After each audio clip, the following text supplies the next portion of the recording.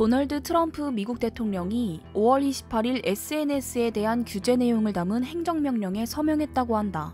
트럼프 대통령은 26일 우편투표가 선거 조작으로 이어질 수 있다는 자신의 트윗에 트위터가 팩트체크가 필요하다는 경고 딱지를 붙이자 언론 자유를 억압하려는 것이라며 강하게 반발한 뒤 5월 28일 SNS에 대한 규제 내용을 담은 행정명령에 서명했다. 트위터를 비롯한 SNS 기업들이 팩트체크를 빌미로 그림자 정부의 불리한 글들을 사전에 검열하여 차단해오던 관행에 트럼프가 행정명령이라고 하는 철퇴를 가한 것인데, 이에 대해 한 법무부 장관은 이번 조치는 행정명령에 그치지 않고 SNS 기업에 대한 법안 마련과 소송으로 이어질 것이라는 뜻을 밝혔다. 본 블로그도 이미 몇 년 전부터 네이버 검색란에서 블로그의 글들이 노출되지 않도록 차단 조치를 당하고 있고, 작년 10월부터 시작한 유튜브 채널도 코로나19 사태와 관련된 그림자 정부의 추악한 음모를 밝히는 영상들 모두에 노딱이라고 하여 영상에 대해 광고를 붙이지 못하는 조치로, 노딱을 붙이면 영상에 대한 노출 자체가 제한을 받게 되는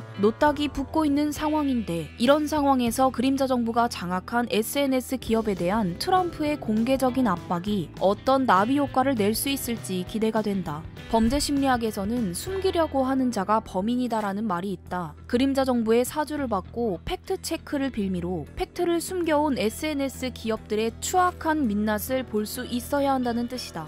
자신들이 소유한 미디어와 SNS 기업들을 동원해 대중들의 눈과 귀를 가리고 선별된 정보를 통해 저들의 어젠더를 주입시키고 있는 그림자 정부의 실체를 알아야 한다.